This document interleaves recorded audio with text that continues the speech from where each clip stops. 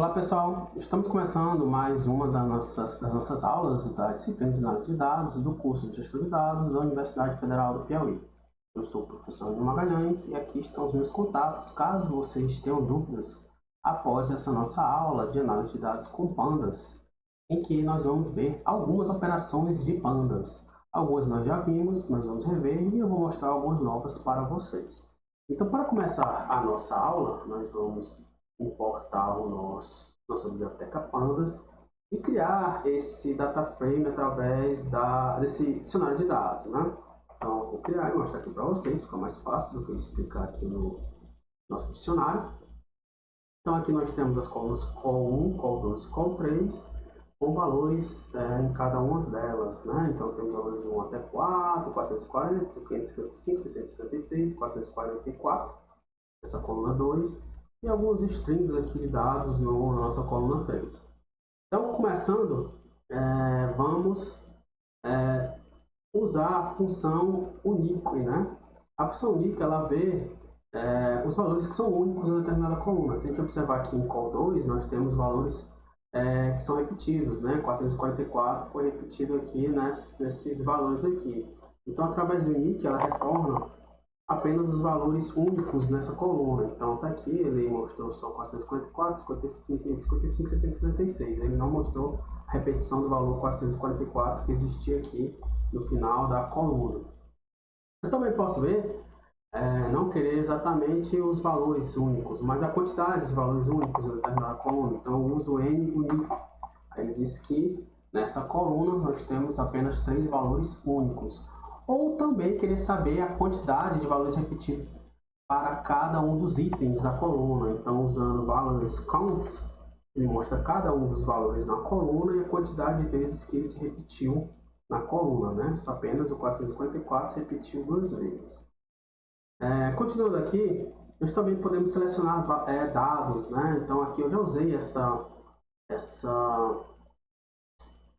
esse tipo de seleção de dados. Eu vou aqui só para a gente ficar mais fácil, eu vou remostrar de novo a nossa coluna ou nosso data frame DE. Então está aqui ele. E aqui nessa seleção eu vou querer selecionar no data frame, criar já um novo data frame aqui nessa variável newDF, sendo que esse novo data frame vai ter apenas os valores os valores da coluna 1 sejam maiores que 3, né? No caso, aqui maiores que 3 vai ser apenas essa última linha aqui, né? Apenas o 4 é maior que 3. Então, nesse novo data frame, ele vai ter apenas essa última linha, né? Como eu tinha afirmado aqui para o nosso data frame. Também, a gente pode aplicar funções no data frame, né? Então, está aqui o nosso data frame de novo para a gente visualizar. E eu vou criar essa função, que é times 2, que é vezes 2, que ela passa, eu recebo um valor x e ela retorna esse valor vezes 2. E eu posso aplicar essa função times nesse meu data frame. Então, para isso, eu vou dizer aqui que na minha coluna col1, que tem esses valores de 1 até 4, eu vou aplicar essa função times 2. Então, fazendo isso, ele vai multiplicar. Opa, desculpa, esqueci de definir aqui a função, tá? Que a função times2 definida, não tinha aplicado, e agora eu vou aplicar ela na minha coluna 1. Então dá para observar aqui, ó, que ele gerou uma nova coluna, com cada um desses valores de 1 até 4 multiplicados por 2, né? Então eu tenho 2, 4, 6 e 8. E eu posso fazer essa mesma coisa que eu fiz aqui, mas ao invés de eu criar a minha função, de eu definir ela, eu posso usar lambda, né? Definir ela de uma forma mais simples, usando lambda. Então, aqui usando lambda, eu fiz uma função que vai retornar um x, sendo que esse x vai ser multiplicado por 2. E vou aplicar essa lambda na minha coluna 1. Ela vai fazer a mesma coisa que foi feito com aquela função times 2. O resultado é o mesmo, né? Dá para observar aqui que a lambda e times 2 fazem a mesma coisa. Então, eu posso aplicar funções pré-definidas de Python, como a len, né? A len, o que ela faz? Ela vai contar a quantidade de caracteres, né? Então, eu vou mostrar aqui de novo o meu DF, para a gente observar, está aqui no DF. E eu vou aplicar a função len na coluna 3. Aqui eu vejo que ela tem strings, né? Então, além vai me mostrar a quantidade de valores em cada uma dessas strings, né? Que no caso todas têm a quantidade de valores, ou quantidade de caracteres 3. E também eu posso aplicar aqui, por exemplo, a função sum, né? Então, na coluna 1 ele vai somar os valores da coluna 1. Então, está aqui os valores de 1 até 4.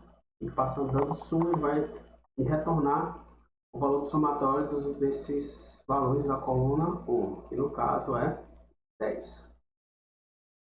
Eu também, se por algum motivo eu não quiser uma determinada coluna, eu posso dar um del, né? Eu já mostrei isso aqui também, mas vamos ver aqui, né? O resultado. Então, deletei a coluna 1. E se em algum momento eu tiver esquecido o nome das minhas colunas, eu posso dar um columns para eu saber os nomes das minhas colunas. Então, tá aqui col 2 e col 3, as que restaram, depois de eu ter deletado.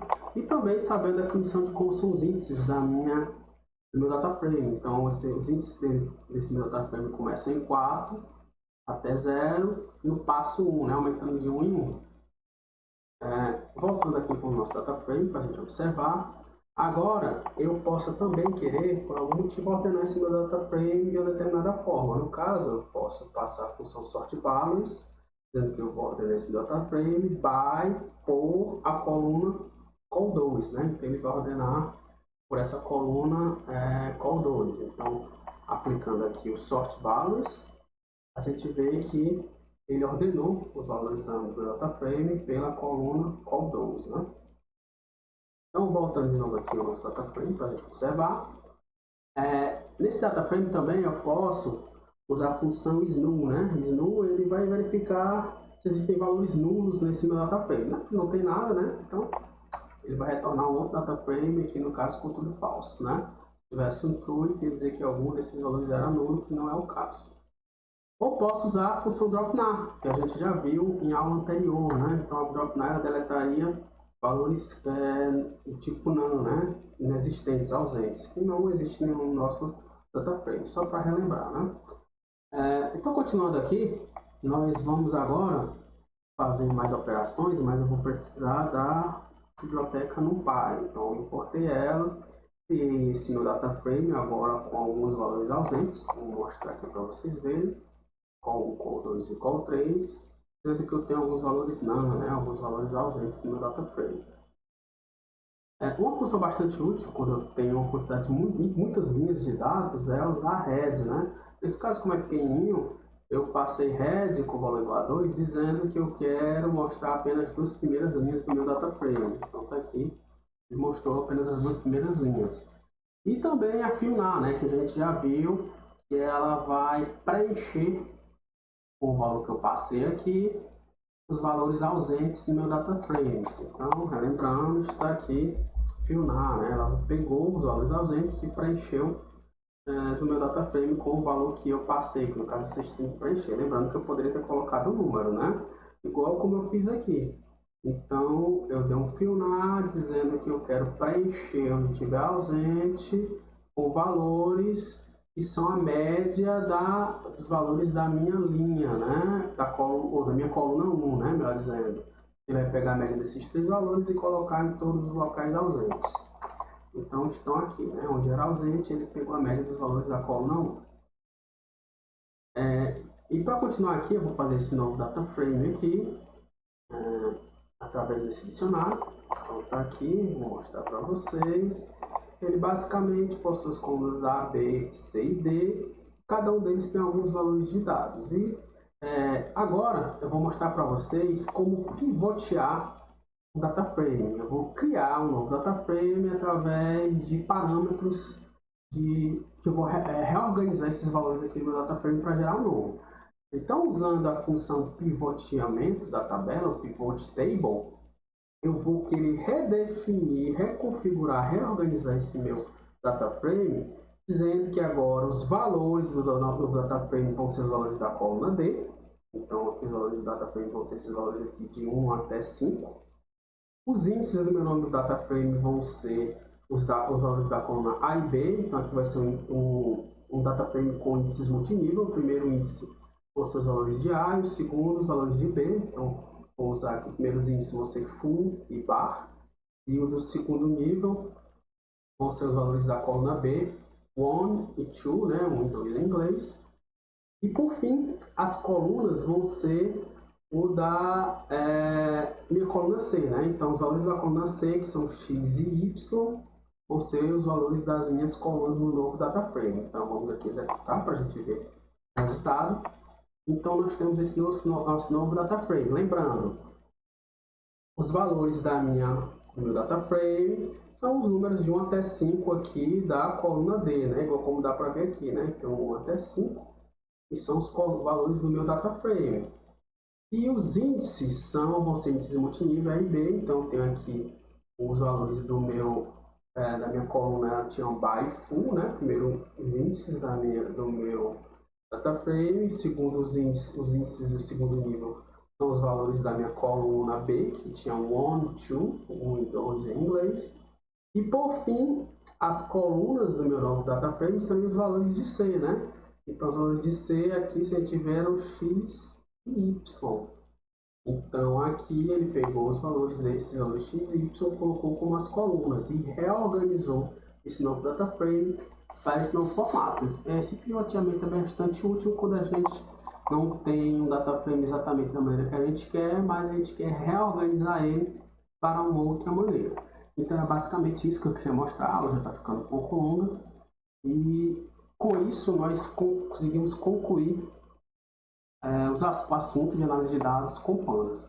Na próxima aula vai ser uma aulazinha bem básica de mostrar como a gente obter bases de dados a partir de outros locais, não criando igual como nós estamos criando aqui, nós estávamos criando até essa aula de hoje. Então, até lá, espero que tenham gostado dessa aula de hoje.